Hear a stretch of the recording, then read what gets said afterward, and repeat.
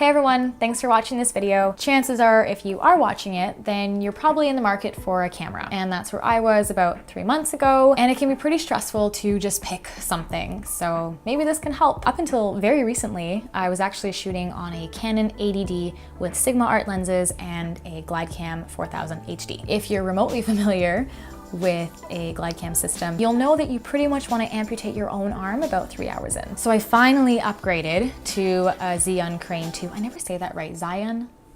Anyway, that teamed up with my Canon 80D was awesome. Then my clients started asking for 4K specifically, and I started looking for a new camera. So the thing about purchasing camera gear or just gear in this field in general is that it's a lot of fun and you can have massive wish lists and think about all the cool things you can make. But the reality is that upgrades are fucking steep. I think the most important thing and what I had to figure out is, what do you really need?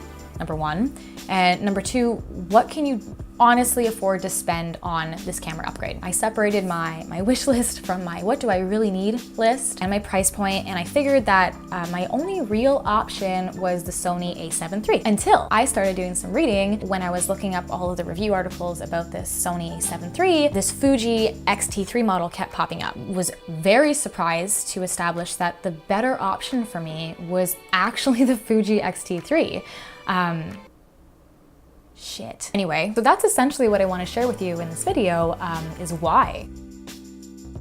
Probably the biggest reason why the Fuji won over the Sony was actually because of the frame rate capability. The Fuji can shoot in a maximum of 60 frames per second in 4K, whereas the Sony can only shoot in a maximum of 30 frames per second in 4K. Now, granted, the Sony can accomplish 120 frames per second in 1080p, but the fact that it couldn't organically accomplish 60 frames per second in 4K took the Sony almost immediately off the list.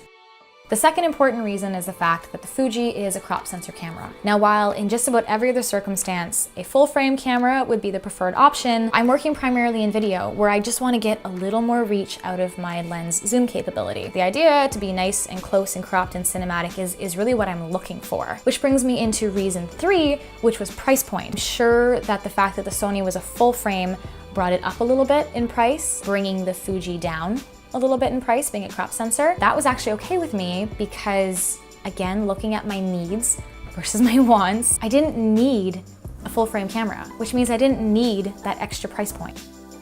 To have a quick look at what that price point actually is, the Sony a7 III body only, this is obviously in Canadian dollars, coming in at around $2,600. Wow, is that accurate? All right.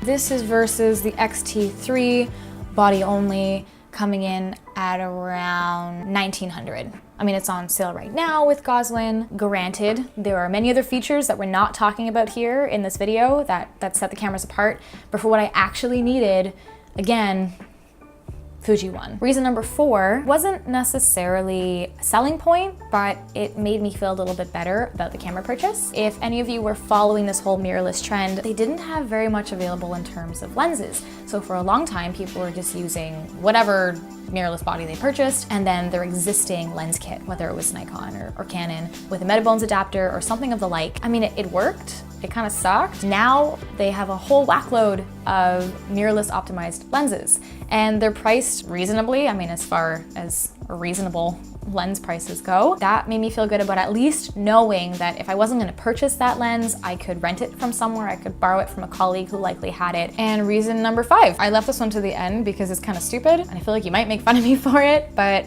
I really like how the Fuji looks. I think it's gorgeous. I love that they have a throwback to that classic camera look. I collect old cameras, as you'll see, literally tacked into the walls all over my studio. Just a heads up, if you are a Canon or a Nikon shooter and you're shooting on a DSLR, making that move over to mirrorless, Fuji's gonna trip you up a little bit. If you shoot professionally and regularly, you'll probably be like out the door shooting, no problem in a day or two. But yeah, just acknowledge that there's a slight learning curve. That wraps this video. Thank you so much for watching. If you got anything out of this, please like, maybe comment, subscribe. Have a wonderful day and go out and create something awesome.